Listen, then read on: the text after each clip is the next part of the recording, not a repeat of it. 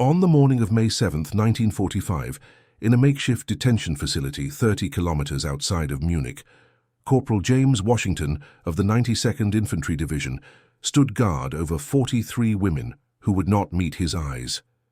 They believed he was subhuman, a product of inferior stock unworthy of their acknowledgement. They would soon learn that everything they had been taught was a lie, and the lesson would come not from speeches or punishment, but from a single threadbare army coat on a cold spring morning. Before we dive into this story, make sure to subscribe to the channel and tell me in the comments where you're watching from. It really helps support the channel. This is the story of how one man's persistent humanity dismantled years of indoctrination, one small act of dignity at a time, proving that kindness could be more powerful than any ideology. The facility had been a Hitler Youth Training Center just 3 weeks earlier. Now it served as a temporary holding area for women who had served in various capacities within the German military organization during the final years of the conflict.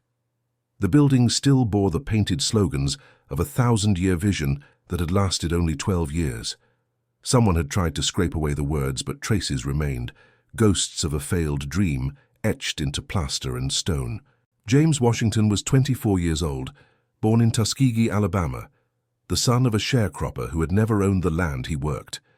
He had joined the army in 1942, motivated less by patriotism than by the promise of regular meals and $21 a month to send home to his mother. The army had assigned him to a segregated unit, trained him in the basics of soldiering, and shipped him to Italy, where he had spent 14 months learning that courage had nothing to do with the color of anyone's skin.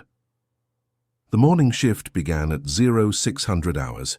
James arrived 15 minutes early, as he always did, carrying a thermos of coffee that the mess sergeant had grudgingly allowed him to fill. The April dawn was cold, unseasonably so for this part of Bavaria, and his breath formed small clouds in the air as he walked across the compound. His boots crunched on gravel that had once been walked by young men in different uniforms, boys who had believed they were creating something glorious. The women's barracks was a long rectangular building with narrow windows set high in the walls. Inside, the former occupants had been removed, their belongings boxed and shipped to destinations unknown. The current residents slept on cots that the American forces had brought in, thin mattresses over metal frames, each woman allotted 2 blankets and a pillow that had seen better days. It was more than many civilians in the surrounding countryside had, but less than the prisoners had enjoyed in their previous positions. James unlocked the main door and stepped inside. The building smelled of unwashed bodies, fear, and the peculiar mustiness that comes from too many people in too little space. 43 women, ranging in age from 19 to 52, had been processed through this facility over the past week. They had arrived in trucks, some still wearing remnants of their uniforms, others in civilian clothes they had changed into during the chaotic final days of the conflict. The women were already awake. They sat on their cots or stood in small groups, speaking in low voices that fell silent when James entered. He was not the first black soldier they had encountered, but for many he was the first they had been required to acknowledge as an authority figure. Their indoctrination had been thorough. From their earliest education, they had been taught a hierarchy of human worth, a pyramid with themselves near the top and people like James at the very bottom. Corporal Washington, however, said the senior officer in charge, Lieutenant Colonel Edward Brennan, during the briefing 2 days earlier, "Your job is simple. You maintain order. You ensure basic needs are met. You report any medical emergencies or security concerns. You do not engage in political discussions. You do not respond to provocations, and you do not, under any circumstances, allow personal feelings to compromise your professionalism." These women are prisoners awaiting processing and transfer. They are not your friends, but they are also not your enemies. They are your responsibility. Do you understand?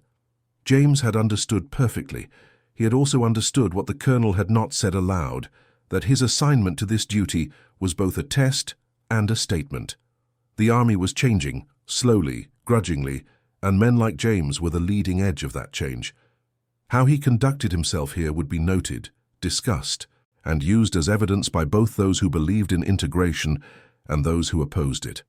The first morning had been the worst.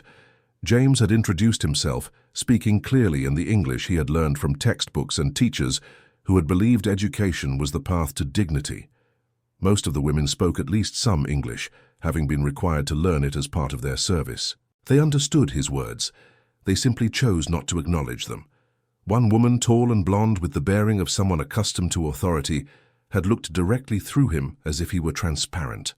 Another had turned her back, a gesture so deliberate it could not be mistaken for anything but contempt. A third had laughed, a short, bitter sound that conveyed more disdain than any insult could have managed. James had continued with his duties. He had distributed the morning rations, consisting of bread, margarine, and a weak coffee substitute made from roasted grain. He had collected the waste buckets that served as nighttime toilets, a job that even the white guards found beneath them. He had noted the names of 2 women who appeared to be running fevers and reported them to the medical officer. He had done all of this without comment, without anger, and without allowing his face to show what he felt. By the 4th day, patterns had emerged. The women had organized themselves into informal groups based on their previous ranks and positions. Those who had held positions of greater responsibility naturally assumed leadership roles within the barracks. They established schedules for washing, created a rotation for cleaning duties, and set unspoken rules about behavior and interaction. They did not, however, speak to James except when absolutely necessary. When they did address him, they looked at a point just past his shoulder, never directly at his face. Some refused even this minimal acknowledgement, communicating their needs through other prisoners who were slightly more pragmatic about their situation. The woman who seemed to be the informal leader was named Margaret Hoffman. She was 38 years old, a former nurse administrator who had coordinated medical services for her organization across 3 different regions. Her personnel file, which James had been allowed to review, listed her as highly competent, fiercely loyal to her cause, and unapologetic about her role in the conflict. She had been apprehended in Munich, attempting to flee south toward the Austrian border. Margaret had pale blue eyes, prematurely grey hair that she kept pinned in a tight bun, and the kind of posture that suggested she had never slouched in her entire life. When she looked at James, which was rare, her expression conveyed a complex mixture of contempt, disbelief, and something that might have been confusion. How could someone like him be in a position of authority over someone like her? The question was written in every line of her face. The other women took their cues from her. If Margaret would not acknowledge the Black Guard, then neither would they. It was a small rebellion, a way of maintaining their sense of superiority even in defeat. They had lost the war, lost their positions, lost their futures, but they could still refuse to grant respect to someone they had been taught was unworthy of it. James understood this. He had grown up in the South, where the rules of racial interaction were as rigid and unforgiving as anything the women had learned in their indoctrination. He knew what it meant to be looked through, talked past, treated as if his humanity was a matter of debate rather than fact. The difference was that now he wore the uniform of the victorious army, and they wore the clothes of the defeated.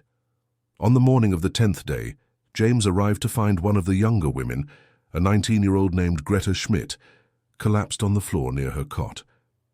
She was conscious but clearly in distress, her face pale and sheened with sweat, despite the cold temperature in the barracks. The other women had gathered around her, uncertain what to do. James moved quickly, his training taking over. He knelt beside Greta, checking her pulse and breathing, asking questions in clear, simple English. Is she injured? When did this start? Has she eaten today? The women did not answer. They stood in a silent circle, watching him touch their companion, and their expressions ranged from disgust to anger. Margaret stepped forward. "Do not touch her," she said, in heavily accented but clear English. Her voice was cold, imperious. "We will care for our own." James looked up at her, meeting her eyes for the first time. "Mom," he said quietly, "this woman needs medical attention. I'm going to call for the doctor. You can help her yourself or you can step back and let me do my job, but either way she's getting care." For a long moment, Margareta stared at him. Something flickered in her expression, surprise, perhaps, at being addressed directly and with a calm firmness that assumed authority rather than requesting it. Then she stepped back, her jaw tight, and James lifted Greta carefully, carrying her toward the door.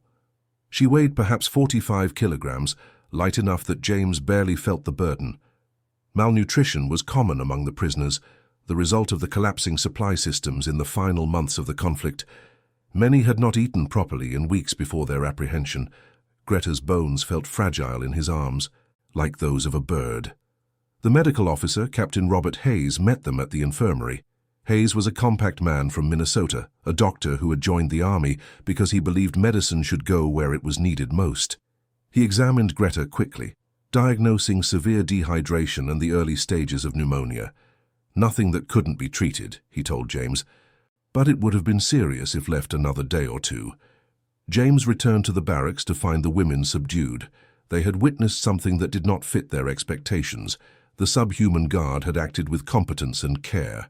He had treated one of their own with a gentleness they had not anticipated. It was a small crack in the foundation of their beliefs, barely noticeable, but real nonetheless. That afternoon, when James distributed the midday rations, one of the women, a 32-year-old named Helene Bauer, made brief eye contact.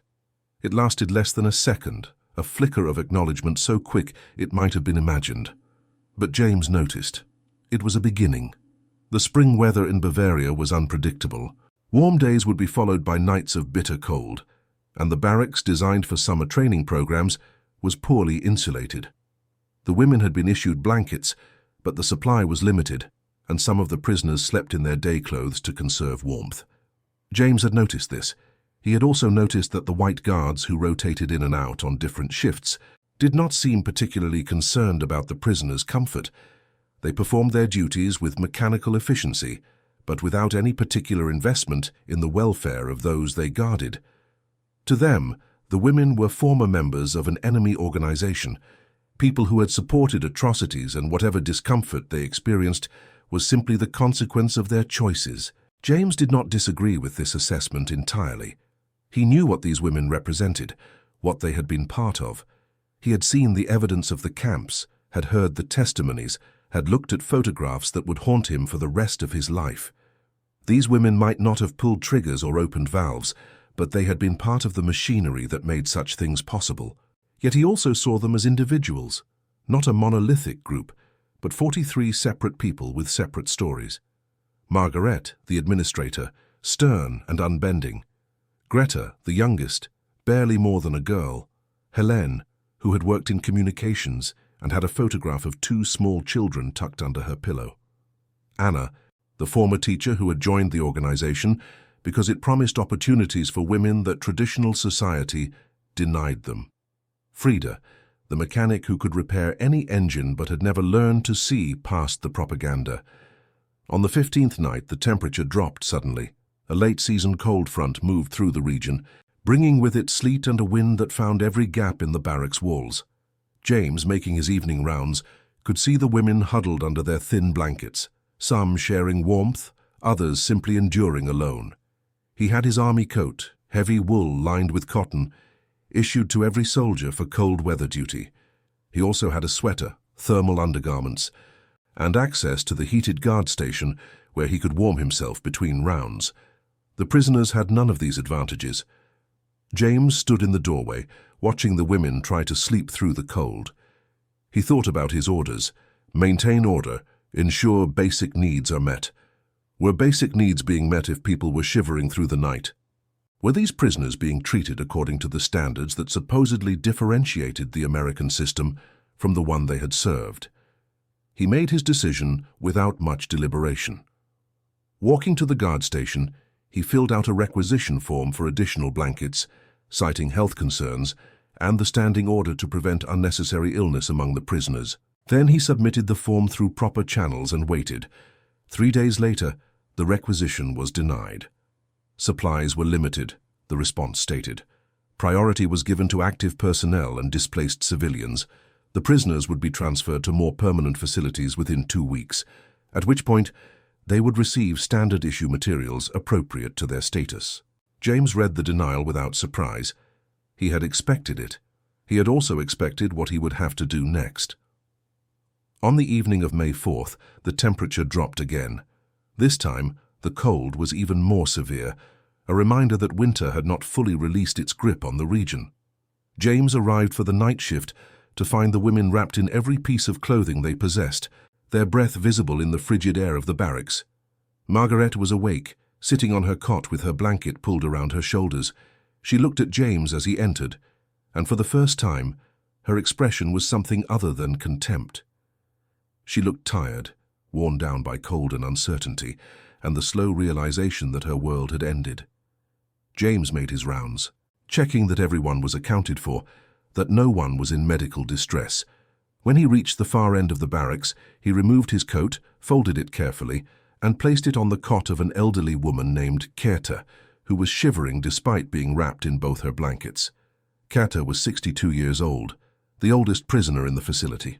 She had been a matron at a training school, responsible for teaching younger women the ideology that shaped their service.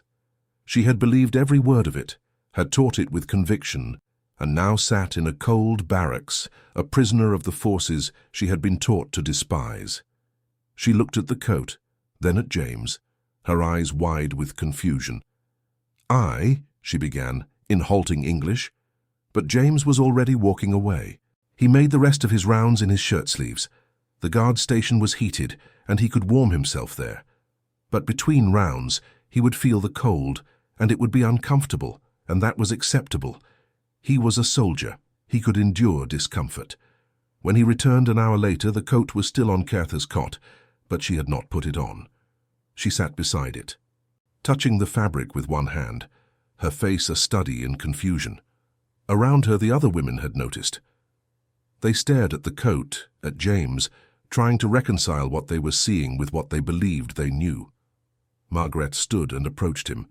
Her posture was rigid, her expression carefully neutral. "We cannot accept this," she said. "It is not proper." James looked at her steadily. "Ma'am," he said, "it's cold. That woman is elderly, the coat is warm, that's all there is to it." "But you," Margaret began, then stopped. She seemed unable to complete the thought. "You are." She started again, and again fell silent. "I'm what, ma'am?" James asked quietly. There was no challenge in his voice, only genuine curiosity. "What am I?" Margaret's face flushed. She looked at the coat, at the old woman, at the other prisoners watching this exchange. "You are in charge," she finally said, though it clearly cost her something to admit it. "We are at your mercy." "The coat isn't about mercy," James replied. "It's about doing what's right. The woman is cold. I have a coat. Simple as that." He walked away, leaving Margaret standing in the center of the barracks, her carefully constructed worldview showing more cracks. Behind him, he heard a soft rustle as Kerta finally put on the coat, wrapping it around her thin shoulders, and a collective exhale from the other women as they processed what they had witnessed. The next morning, when James returned for his shift, the coat was folded neatly on the table near the entrance, placed there with obvious care. He picked it up, noted that someone had brushed it clean, and even attempted to mend a small tear in the lining with thread scavenged from somewhere. The repair work was skillful, precise, the work of someone trained in such tasks. That evening, when the cold returned, James once again offered the coat. This time he gave it to a different woman, one who had been coughing throughout the day. Her name was Ilsa, a former radio operator, who had spent the war sending and receiving messages in code. She accepted the coat with a whispered thank you that was barely audible, the first direct acknowledgement any of the prisoners had given him. A pattern developed. Each night, James would select one of the women who seemed most affected by the cold and offer her his coat. Each morning, it would be returned, cleaned and folded, and slowly, gradually, the wall of silence between the guard and his prisoners began to develop small openings. It was Helene who first spoke to him directly. She approached him on the 5th day of the coat ritual, holding a cup of the bitter grain coffee that was their breakfast beverage. "For us," she said in careful English, "there is never enough heat. But you give your coat and stand in the cold. Why?" James considered his answer carefully. "Because warmth isn't something you earn," he said. "It's something everyone deserves. Same as food, same as water, same as being treated like a human being." Helene looked at him with an expression he couldn't quite read. "Even us?" she asked. "Even women who believed things that were wrong?" "Especially you," James replied, Because if I treat you the way you were taught to treat people like me, then what's the difference between us? What did we even fight for? These conversations were quiet, brief, conducted in moments when the other guards were not present. The women did not want to be seen as collaborating with their captors, and James understood the need to maintain their dignity within their own group. But the conversations happened, and they accumulated, and the atmosphere in the barracks began to shift in subtle but unmistakable ways. Greta, the young woman who had collapsed, returned from the infirmary after 8 days of treatment. She was still weak, but her color had improved, and Captain Hayes declared her well enough to rejoin the others. When she entered the barracks, supported by James's arm, she looked at him and said, "You saved my life. Thank you." The other women heard this. They saw how gently James helped Greta to her cot, how he made sure she had extra rations to aid her recovery, how he checked on her throughout the day. These were not the actions of the subhuman creature they had been taught about. These were the actions of a good man doing his job with compassion. Margaret remained the holdout. She watched the slow thawing of her companions' attitudes with what appeared to be a mixture of dismay and resignation. She had been the most thoroughly indoctrinated, the most committed to the ideology that had shaped her adult life. To acknowledge that she had been wrong was to acknowledge that she had wasted years of her life in service to a lie. But even Margaret could not ignore the evidence accumulating before her. When Frida, the mechanic, developed an infected cut on her hand, it was James who noticed the red streak spreading up her arm and insisted she see the doctor immediately. When Anna, the teacher, received news that her mother had passed away in Dresden, it was James who sat with her while she wept, saying nothing, simply present in her grief. On the evening of May 6th, the night before the official end of the conflict in Europe would be announced, James arrived for his shift to find an unusual scene. The women had arranged their cots in a circle and were engaged in what appeared to be a serious discussion. They fell silent when he entered, but not with the hostile silence of the early days. This was different, more thoughtful. Margaret stood and walked toward him. She stopped at a respectful distance, her posture still rigid, but her eyes finally, meeting his directly. "Corporal Washington," she said, her accent thick but her words clear. "We have been talking, we have been watching you, and we have questions." James set down his clipboard and thermos. "I'll answer what I can, ma'am." "You were taught that we are superior to you, yes?" Margaret asked. "In your country, you are not treated as equal to white people. We know this. We were told this. We were told that you agreed with this, that you knew your place." James felt a familiar anger stir in his chest, but he kept his voice level. "No, ma'am. I don't agree with it. Never have. And the people who think they're better than me because of the color of my skin are just as wrong as the people who taught you the same thing." "Then why?" Margaret pressed. "Why do you treat us with kindness? We who believed those lies. We who served the system that would have," she paused, her voice breaking slightly, "that did such terrible things." "Because," James said simply, "treating you badly doesn't make anything better. Doesn't undo what was done, doesn't change who I am or who you are. All it does is add more cruelty to a world that's already seen too much of it." Helene spoke up from her seat. "We do not deserve your kindness." "Maybe not," James agreed, "but that's not really the point, is it? I'm not being kind because you deserve it. I'm being kind because I choose to be, because that's who I want to be, regardless of who you were or what you believed." The women were silent, processing this. Finally, Anna, the teacher, said softly, "They taught us you were animals, incapable of higher thought or feeling, useful only for labor, and we believed them. We believed them because we wanted to believe we were special, chosen, better than others. It was easier than questioning." "And now?" James asked. "Now," Anna said, "we see that we were the animals, not in nature but in our willingness to believe such things, to believe them without questioning, without thinking, without looking at the evidence before our eyes." Margaret sat down heavily on the nearest cot. "I was a nurse," she said, speaking to no one in particular. "I took an oath to care for the sick and injured, to do no harm. And yet I served a system that did nothing but harm. How do I live with that?" James had no answer for her. That was a question she would have to work out for herself in whatever time she had remaining. But he could offer her the same thing he had offered the others, basic human dignity, the acknowledgement that even people who had done wrong were still people.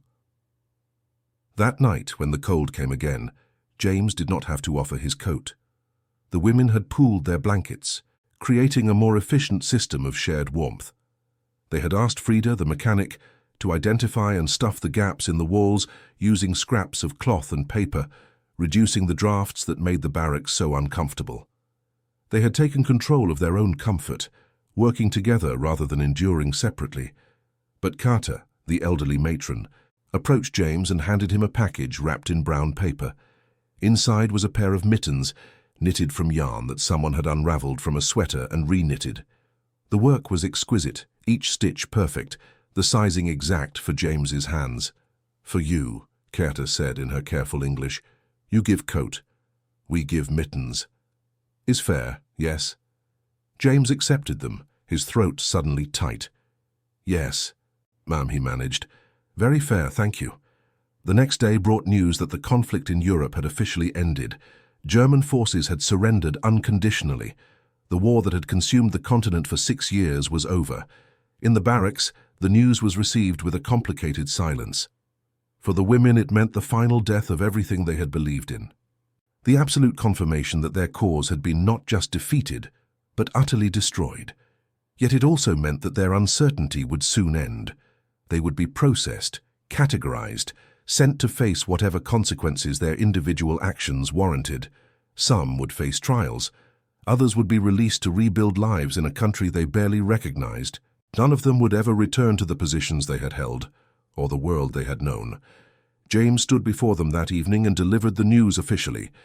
"Tomorrow," he told them, "transport will arrive to take you to a larger facility where your cases will be individually reviewed. You'll be there until decisions are made about your futures. I wanted to thank you for your cooperation during your time here, and to wish you well whatever comes next." Margaret stood. She looked at James for a long moment, then did something that shocked everyone in the room. She extended her hand. "Corporal Washington," she said formally, "we have learned something from you, something important. I cannot undo what I have done or believed, but I can try to do better going forward. Thank you for showing us what better looks like." James shook her hand, feeling the cool, dry skin of her palm against his. "You take care of yourself, ma'am," he said quietly, "and take care of each other." That night, the women sang. It started with Helene, humming a folk song from her childhood in Bavaria, a melody about mountains and rivers and home. Others joined in, their voices blending in harmony, creating something beautiful in the cold barracks. They sang songs that had nothing to do with war or ideology, songs that were simply human. James listened from his position by the door, feeling something shift inside himself. He had come to this assignment believing he would simply endure it, maintaining his professionalism and his humanity in the face of hatred. Instead, he had witnessed transformation. He had seen people confront the lies they had believed and choose to become something different. It did not excuse what they had done. It did not erase their complicity in terrible things, but it proved that people could change, that even those who had been thoroughly indoctrinated could learn to see truth when it was presented consistently and with patience. The transport trucks arrived at 0800 hours the next morning. The women gathered their few possessions, formed an orderly line, and prepared to move to the next phase of their uncertain futures. As each one passed James on their way out, many of them made eye contact, offering small nods or quiet words of farewell. Anna paused beside him. "I was a teacher," she said. "I taught children to hate. I taught them that some people were worth less than others. I don't know if I can ever forgive myself for that, but I will spend the rest of my life trying to undo that damage. I will teach truth instead of lies. I promise you this." Greta, the youngest, stopped and looked up at him with tears in her eyes. "I was so young," she whispered. "I believed everything they told me because I didn't know any better. But I know better now. I'll never forget what you taught me." Frida simply shook his hand, her grip firm and respectful. "You're a good man, Corporal," she said. "Thank you for reminding us what that means." Keta was the last to leave. She walked slowly, her thin body wrapped in a coat someone had found for her to replace the one James had shared. She stopped in front of him, and reached up to touch his face gently with one withered hand. "You have an old soul," she said in German, which Helene quickly translated. "You have suffered and yet remained kind. That is the greatest strength there is." Margaret waited by the truck, ensuring all her charges were accounted for. When James approached to provide the final count to the transport officer, she turned to him one last time. "I was wrong," she said simply, "about everything, about you, about myself, about the world. I don't expect you to forgive me, but I want you to know that I will remember. I will remember that you treated us like human beings when you had every reason not to, and I will try to be worthy of that treatment." "What will you do?" James asked. "When this is all over, wherever you end up, what will you do?" Margaret looked at the grey sky, the ruined buildings visible in the distance, the other women climbing into the trucks. "I will heal," she said. "If they let me, I will go back to being a nurse. A real nurse this time, one who helps everyone who needs help regardless of who they are or where they come from. And I will tell people what I learned here, from a man who showed me that everything I believed was a lie." The trucks pulled away, leaving James standing alone in the courtyard. The barracks behind him was empty now, waiting for its next occupants, or perhaps to be torn down entirely, another relic of a failed regime. He picked up his clipboard and his thermos and walked toward the command building to file his final report. Lieutenant Colonel Brennan read the report carefully, his expression unreadable. Then he looked at James over the top of his reading glasses. "Says here you had no significant disciplinary issues during the 3-week assignment. That true, Corporal?" "Yes, sir," James replied. "And the prisoners cooperated fully with all instructions and procedures?" "Yes, sir, especially in the final week." The colonel leaned back in his chair. "I've been hearing some interesting things, Washington. Hearing that you gave your coat to prisoners on cold nights. Hearing that you went above and beyond your duties to ensure their welfare. Hearing that you somehow got a group of hardened ideologues to change their attitudes. Want to explain how you managed that?" James thought carefully about his answer. "Sir, I just treated them like people. Figured if we're supposed to be better than what we fought against, we should act like it." Brennan was quiet for a moment. "You know, Corporal, there are some officers who think putting Negro soldiers in positions of authority over white prisoners is asking for trouble. They think it'll lead to abuse, revenge, conduct unbecoming. I disagreed with them. I thought if we're going to integrate this army for real, we need to prove that Negro soldiers can be trusted with the same responsibilities as white soldiers. You helped me prove that point." "Just doing my job, sir," James said. "That coat of yours," Brennan continued, "the one you kept giving away. You didn't requisition a replacement. You've been doing your rounds in your shirt sleeves even on cold nights. That true?" "Yes, sir." "Why didn't you just take the coat back? It's your property, your gear. You had every right to keep it." "Didn't seem right, sir," James said simply. "They needed it more than I did." Brennan opened his desk drawer and pulled out a new coat, still wrapped in brown paper. "This is for you," he said, pushing it across the desk. "Can't have one of my men freezing on duty." "And Washington, there's a commendation being written up for exemplary conduct in the execution of your duties and for demonstrating the highest standards of the United States Army. Congratulations." James accepted the coat and the praise with equal surprise. "Thank you, sir. Just hope I made a difference." "Oh, you made a difference," Brennan assured him. "I got a letter this morning from the processing center. Seems those women you guarded have been telling quite a story about their time here. About a guard who showed them what real humanity looks like. That story is spreading, Washington.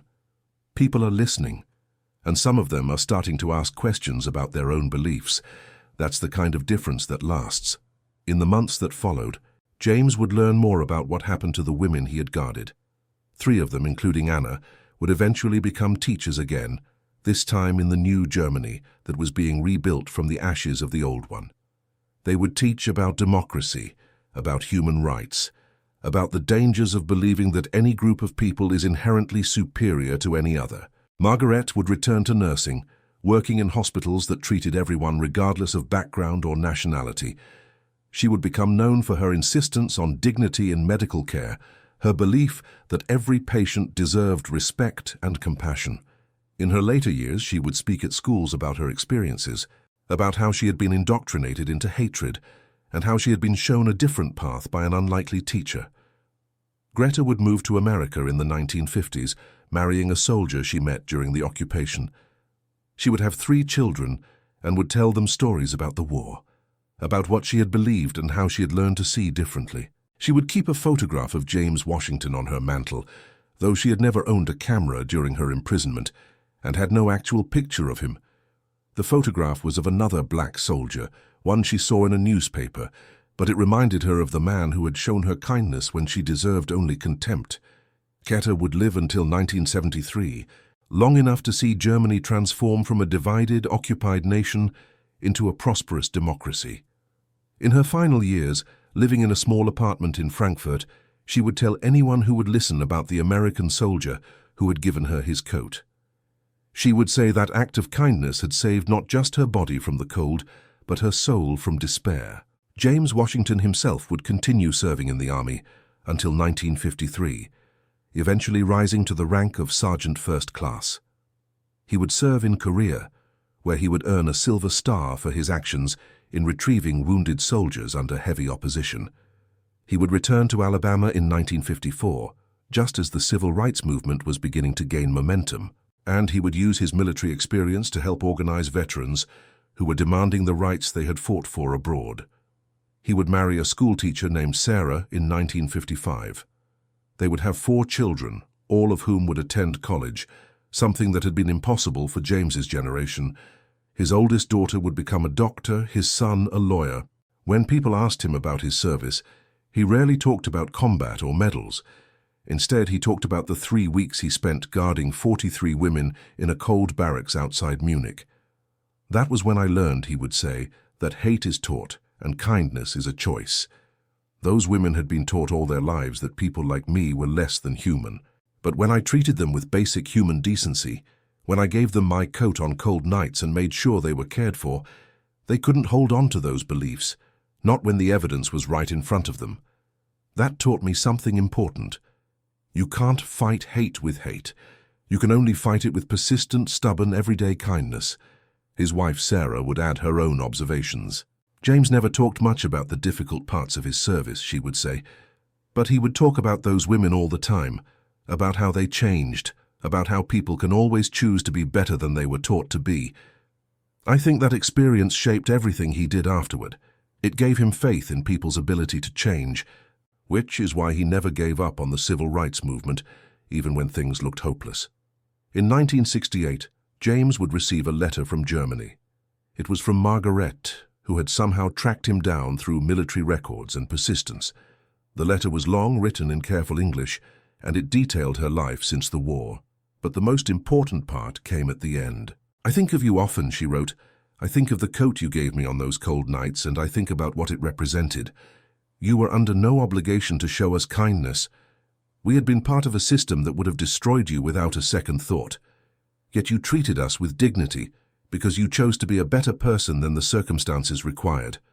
That choice changed my life. It changed all of our lives.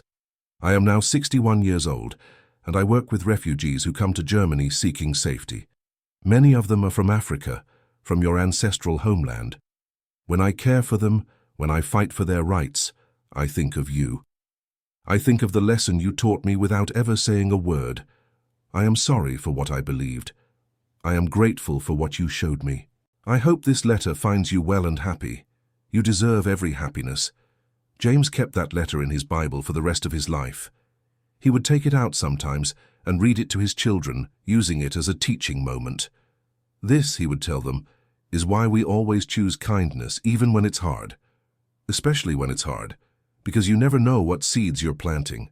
His youngest daughter, born in 1964, would become a historian specializing in World War II. She would write her doctoral dissertation on the treatment of prisoners during the occupation period, and she would interview dozens of people who had experienced that time. She would find and interview Helene, now in her 80s, living in a nursing home in Stuttgart. "Your father," Helene told her, speaking in accented English that had improved over the decades, "your father taught us what our own propaganda had tried to destroy, the simple truth that we are all human. That skin color, nationality, ideology, None of that changes the fundamental fact that we all deserve basic dignity. I was 32 years old when I learned this lesson. I should have known it already, but I had allowed myself to believe lies because they made me feel important. Your father showed me the truth, not through lectures or punishment, but through consistent daily acts of decency. The dissertation would be published as a book in 1992, titled Kindness as Resistance: Acts of Humanity in Post-War Germany. It would win academic awards and be taught in universities across America and Europe. The chapter about James Washington and the women he guarded would become required reading in several military ethics courses. James would live to see the book published. He would attend the launch event at a bookstore in Tuskegee, sitting in the front row while his daughter read excerpts from the chapter about him. Afterward, people lined up to thank him, to shake his hand, to tell him that his story had inspired them. An elderly white man, a veteran of the European theater, approached him with tears in his eyes. "I wish I had been like you," the man said. "I was over there too after the war ended. And I was so angry at what I'd seen, what they'd done, that I treated the prisoners like dirt, thought they deserved it. But you managed to hold on to your humanity. You managed to see past your anger and do what was right. I've spent 50 years regretting that I couldn't be that strong." James took the man's hand gently. "It's not about strength," he said.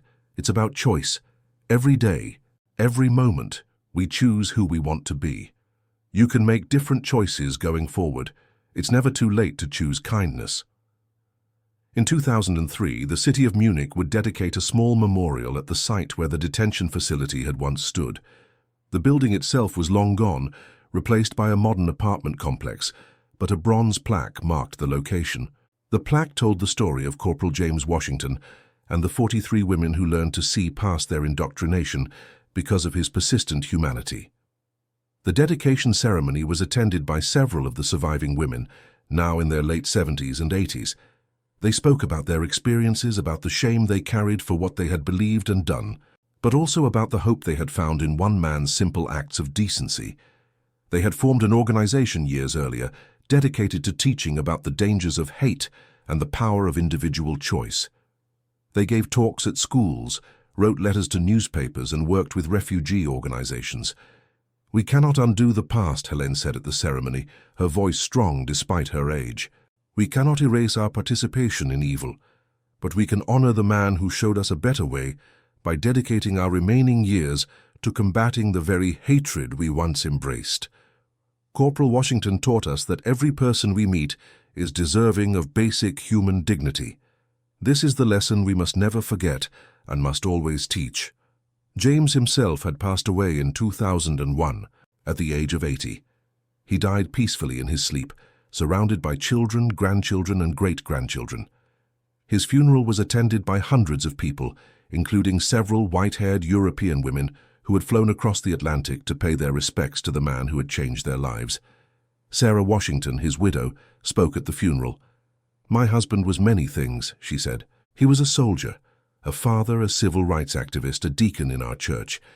But above all, he was a man who believed in the possibility of change.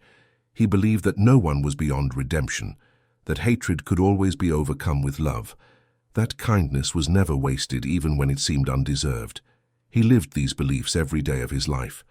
The world is darker without his light, but he left us with the knowledge that each of us can carry that light forward."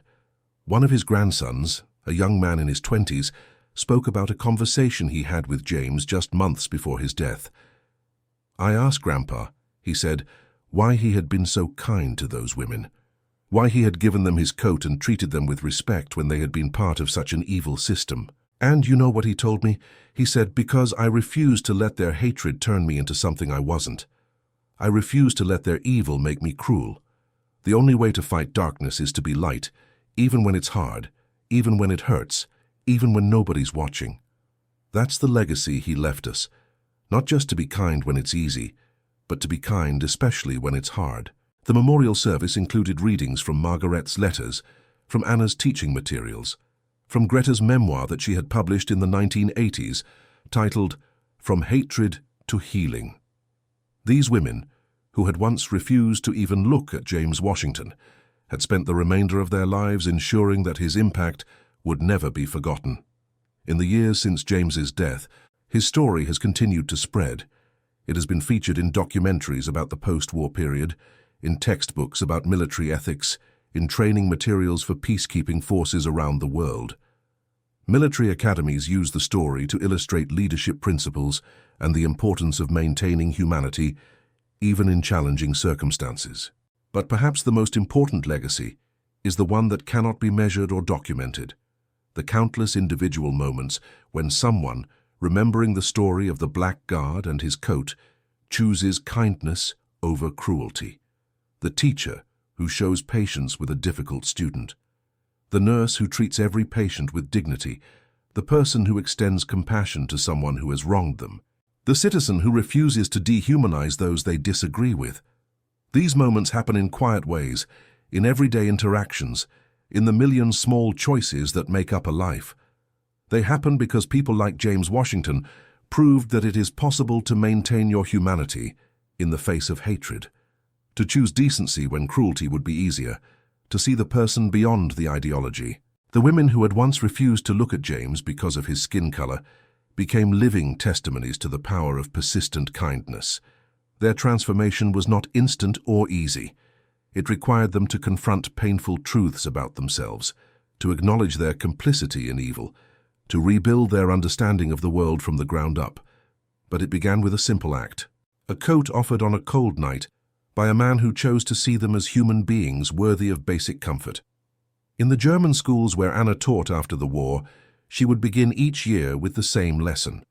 She would tell her students about the beliefs she had once held, the hatred she had once taught, and the American soldier who had shown her a different way. She would describe how difficult it had been to acknowledge that everything she believed was wrong, but how necessary that acknowledgement was.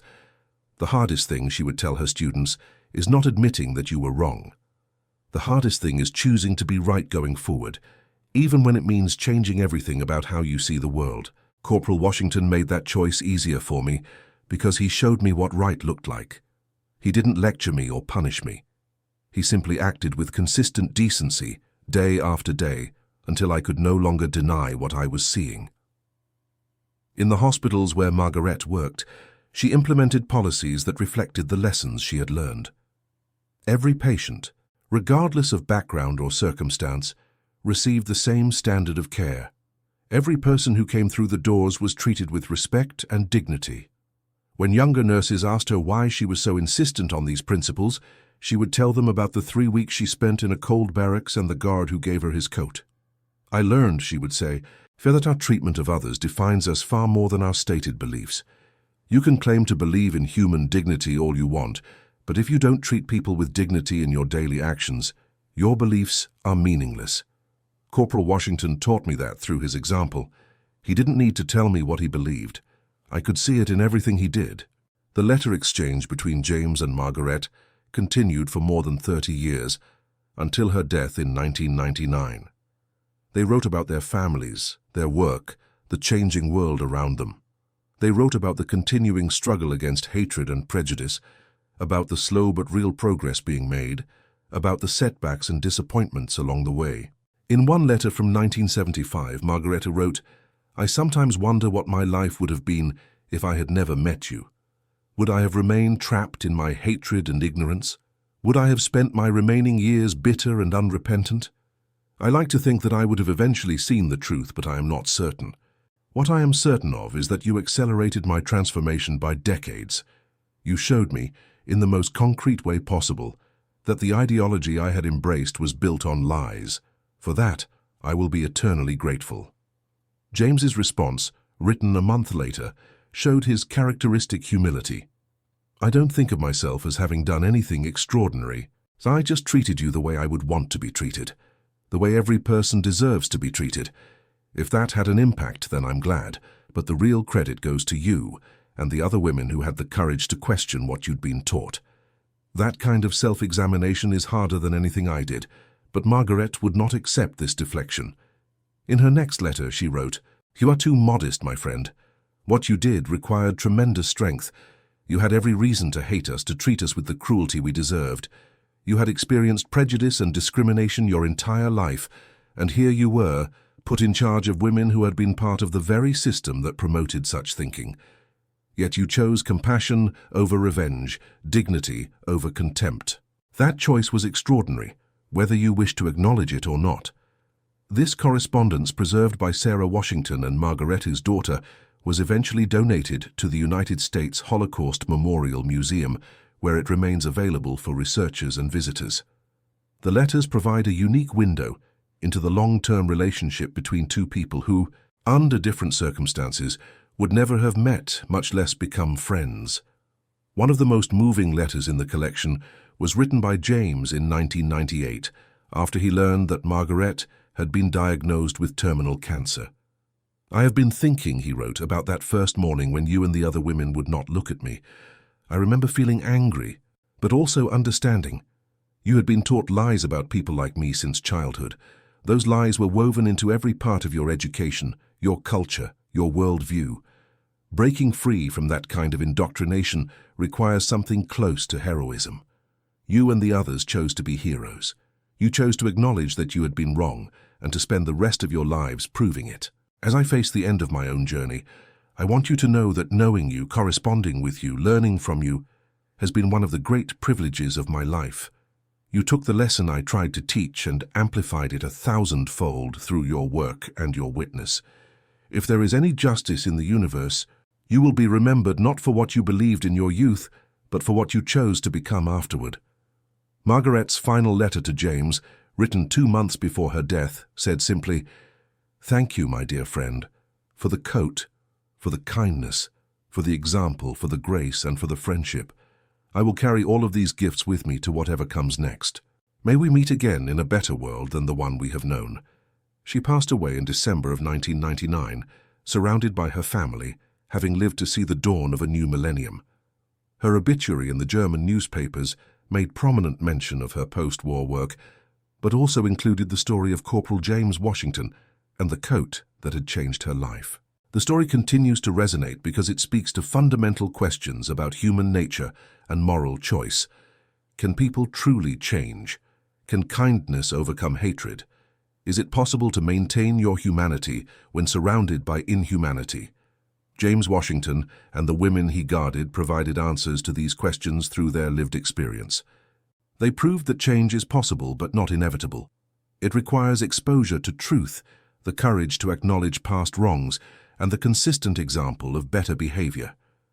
The women changed not because they were lectured or punished, but because they were shown through daily interaction that their beliefs were false. They proved that kindness is powerful precisely because it is so unexpected. Had James treated the women with cruelty, it would have confirmed their beliefs about him and people like him. By treating them with dignity, he created cognitive dissonance that forced them to reconsider everything they thought they knew. They proved that maintaining humanity in inhumane circumstances is both incredibly difficult and absolutely essential. James could have justified cruelty toward the women.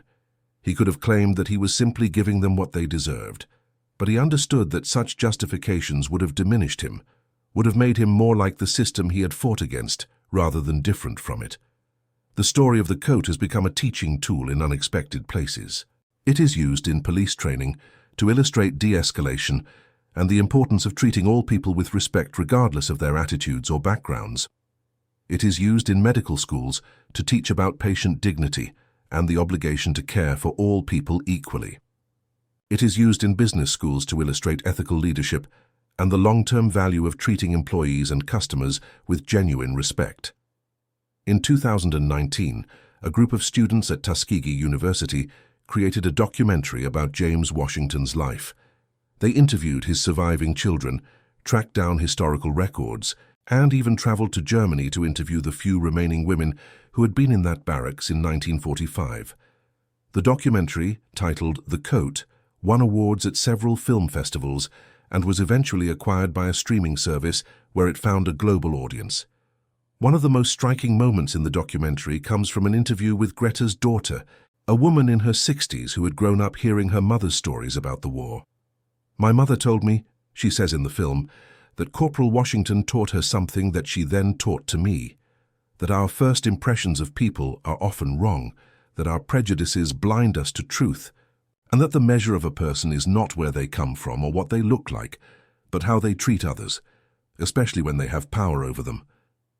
She said that lesson saved her soul, and she made sure it shaped how I raised my own children. This intergenerational impact is perhaps the most significant aspect of the story's legacy. The women who learned from James Washington taught the lesson to their children, who taught it to their children, creating ripples that continue to spread decades later. Meanwhile, James's own children and grandchildren carry forward his example, creating their own ripples in different communities and contexts. His eldest daughter, Dr. Michelle Washington Turner, became a physician who specialized in treating underserved communities. When asked in interviews why she chose that path, she would always mention her father's influence.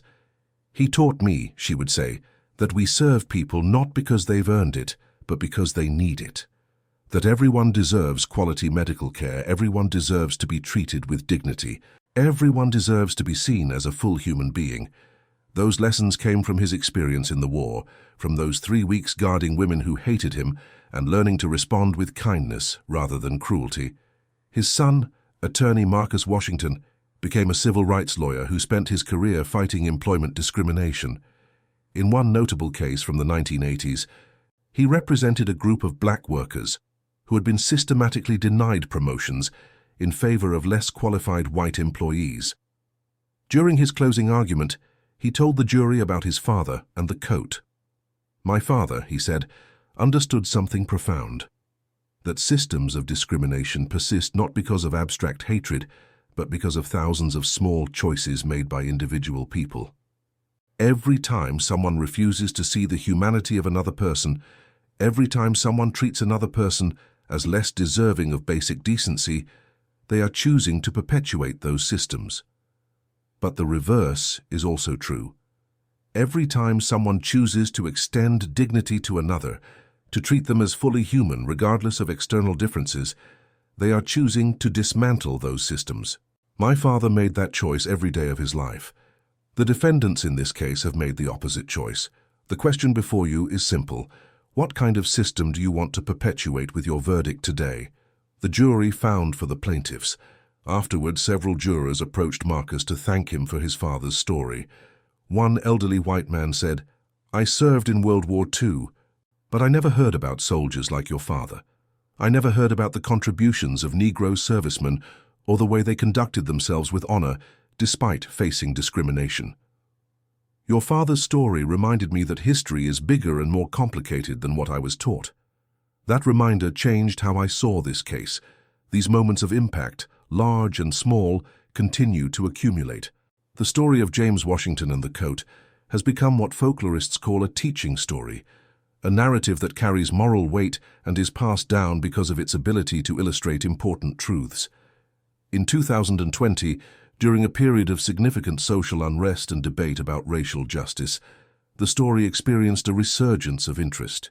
It was shared widely on social media, referenced in articles and opinion pieces, and cited by activists and commentators across the political spectrum. Different groups drew different lessons from it, but all seemed to find something valuable in the basic narrative of kindness overcoming hatred. Some emphasized James's choice to maintain his dignity and humanity, despite being subjected to racism and contempt. They saw in his actions a model for responding to bigotry with grace rather than anger, with constructive action rather than destructive reaction. Others emphasized the women's transformation, seeing in their story evidence that people can change, that no one is beyond redemption, that exposure to truth and consistent example can overcome even deep-seated prejudice. Still others focused on the structural aspects of the story, noting how James's position of authority challenged the racial hierarchies that both American and German societies had established. They saw his assignment as a guard over white women, as a deliberate challenge to assumptions about racial fitness for leadership and responsibility. All of these interpretations found support in the historical record. The story was complex enough to sustain multiple readings, all of which contributed to its enduring power and relevance. Sarah Washington, James's widow, lived until 2015. In her final years, she gave numerous interviews about her husband and his legacy. One of her most frequently quoted statements came from an interview conducted for the Tuskegee University Oral History Project. "People sometimes ask me," she said, "if James was angry about the racism he experienced, about the segregation, about the way he and other black soldiers were treated, even after serving their country honorably. And the answer is yes, of course he was angry. He would have been inhuman not to feel anger at such injustice, but he understood that anger is just an emotion, not a strategy. What matters is what you do with that anger." James channeled his into acts of dignity and service. He refused to let other people's hatred determine who he would be. That, to me, is the real lesson of his life, that we always have a choice about how we respond to injustice. And the most powerful response is often to simply be better than what the situation seems to require. This perspective, combining acknowledgement of justified anger with commitment to constructive action, has resonated with many people grappling with their own experiences of injustice and discrimination. It offers a path between passive acceptance and destructive rage, suggesting that maintaining one's humanity and treating others with dignity is itself a form of resistance and transformation. The physical coat that James gave to the women has been lost to history. None of the women kept it, and James himself never mentioned what became of it. Likely it was simply returned to military supplies and eventually worn out and discarded. Just another piece of equipment in an army of millions. But the metaphorical coat, the covering of human dignity, extended to those who seemed unworthy of it. That coat remains, warming hearts and changing minds, more than 7 decades later. In Munich, at the site where the detention facility once stood, visitors to the memorial plaque often leave small offerings.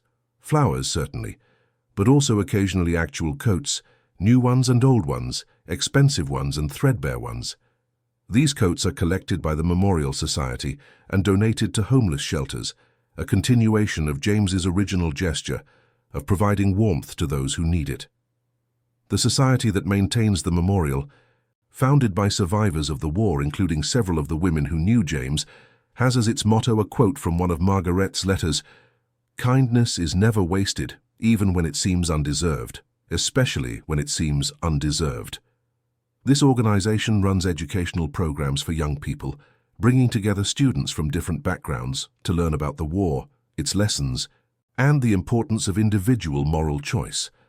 They use James's story as a central teaching tool, illustrating how one person's consistent decency can have ripple effects that extend far beyond their immediate circumstances. One exercise they conduct asks students to identify moments in their own lives when they have the opportunity to extend dignity to someone who might not seem to deserve it. Students share stories of classmates who are bullied, family members who are difficult, strangers who are rude. The facilitators then ask, "What would James Washington do? How can you offer your coat, metaphorically speaking, to this person who needs it?" The responses from students over the years have been compiled into a book titled Acts of Everyday Dignity. It includes stories of students befriending outcasts, helping struggling classmates, showing patience with difficult family members, and extending compassion to people they disagree with. Each story begins with the phrase, "Inspired by Corporal Washington's example," creating a direct link between James's actions in 1945 and these contemporary acts of kindness.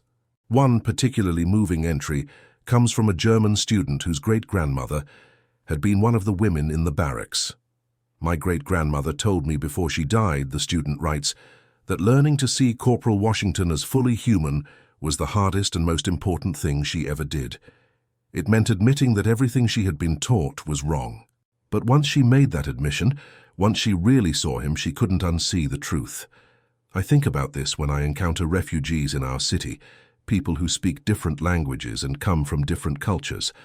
I try to see them the way Corporal Washington saw my great-grandmother, as full human beings deserving of dignity and kindness. It's not always easy, but it's always right." These young people, generations removed from the original events, nonetheless carry forward the lesson that James taught through his simple acts of decency. They prove that moral truth, once demonstrated powerfully enough, can transcend time and circumstance. As the 21st century progresses and the last survivors of World War II pass away, stories like James Washington's become increasingly important. They provide a human connection to historical events, making abstract lessons concrete and immediate. They remind us that history is not just about grand strategies and geopolitical forces, but about individual choices made by individual people in specific moments. The choice James made, to offer his coat to women who despised him, was a small one in the grand scheme of the war. It did not affect military outcomes or political settlements. It was not recorded in official histories or commemorated in monuments. But it changed lives, rippling outward through families and communities, proving that the smallest acts can have the largest impacts when they embody fundamental truths about human dignity and worth. In the end, the story of James Washington and the coat is not really about World War II or racial prejudice or any specific historical context. It is about the universal and timeless truth that kindness is a choice we make, that dignity is something we extend rather than something people earn, and that treating others as fully human is both our highest calling and our most powerful weapon against hatred. The women who refused to look at the Black Guard learned to see. The Guard who had every reason to show contempt chose compassion instead, and from that simple interaction, in a cold barracks outside Munich in the spring of 1945, came a lesson that continues to teach more than 70 years later, that we are all capable of change, all worthy of dignity, and all responsible for choosing what kind of world we create through our daily actions. James Washington gave his coat to women who would not look at him. They returned it, cleaned and mended. And in that exchange, something far more valuable than warmth was shared. The recognition of our common humanity, the acknowledgement that we all deserve basic decency, and the proof that kindness can overcome even the deepest hatred when it is offered persistently, patiently, and without expectation of reward. This is the legacy that James Washington left behind. Not medals or monuments, but changed hearts and transformed lives. Not grand gestures, but small acts of dignity, repeated until they became undeniable truth. Not speeches about equality, but simple demonstrations of what equality looks like in practice. And that is why his story matters, why it continues to be told, and why it will continue to inspire people for generations to come. Because in a world that often seems determined to divide us, to teach us to fear and hate those who are different, we need reminders that another way is possible. We need examples of people who chose kindness over cruelty, dignity over contempt, humanity over ideology. James Washington was such a person. The women he guarded became such people, transformed by his example. And all of us who hear their story have the opportunity to become such people as well, carrying forward the lesson of the coat into our own times and circumstances. That is the true power of this story. Not that it describes something extraordinary that happened long ago, but that it challenges us to do something ordinary every day. To offer our coat to someone who is cold. To extend dignity to someone who seems undeserving. To see the humanity in every person we encounter, regardless of their appearance, their background, or their attitude toward us. These are simple acts, no more complex than sharing a coat on a cold night. But they are also revolutionary acts, challenging systems of hatred and division with the radical proposition that all people deserve to be treated with kindness and respect. James Washington proved this proposition in a cold barracks in Bavaria in the spring of 1945. The women he guarded spread that proof through their transformed lives, and we, hearing their story, are invited to continue proving it in our own lives, in our own contexts, through our own small but significant choices. This is how the world changes, not through grand declarations or sweeping reforms, though these have their place, but through millions of individual decisions to treat each other with dignity. One coat at a time, one act of kindness at a time, one recognition of shared humanity at a time. And that concludes our story. If you made it this far, please share your thoughts in the comments. What part of this historical account surprised you most? Don't forget to subscribe for more untold stories from World War II, and check out the video on screen for another incredible tale from history. Until next time.